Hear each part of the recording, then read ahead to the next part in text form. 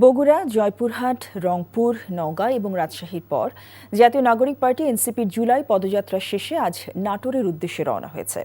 কেন্দ্রীয় নেতাদের আগমন উপলক্ষে ব্যাপক প্রস্তুতি নিয়েছেন এনসিপির নেতাকর্মীরা। নাটোর থেকে সরাসরি যোগ দিচ্ছেন সেখানে আমাদের স্টাফ করেসপন্ডেন্ট হালিম খান।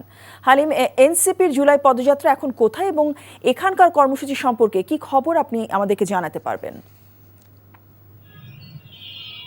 জসিন্তা, আপনি জানেন যে নির্বাচন এনসিপির কেন্দ্রীয় নেতা যে আহ্বায়ক নাহিদ ইসলামের নেতৃত্বে এনসিপির নেতৃবৃন্দ যারা উত্তরাঞ্চল সফর করছেন তারা রাজশাহী হয়ে সকাল 11:30টার দিকে নাটোরের উদ্দেশ্যে তারা রওনা দিয়েছেন। এখন তারা পথের মধ্যে আছেন।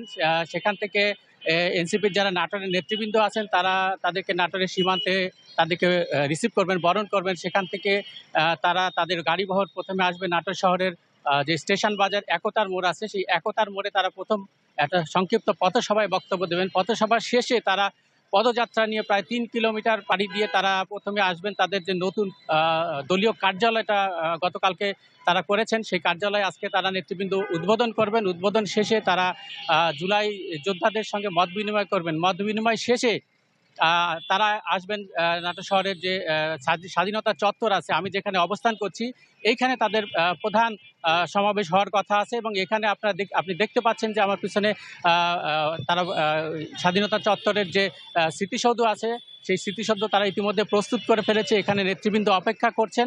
এখান থেকেই তারা তাদের যে পরিকল্পনা, সংস্কার, বিচার সংস্কার এবং নির্বাচনের যে ধারণা নিয়ে তারা বের হয়েছে, সেই দিক নির্দেশনামূলক বক্তব্য তারা প্রদান করবেন।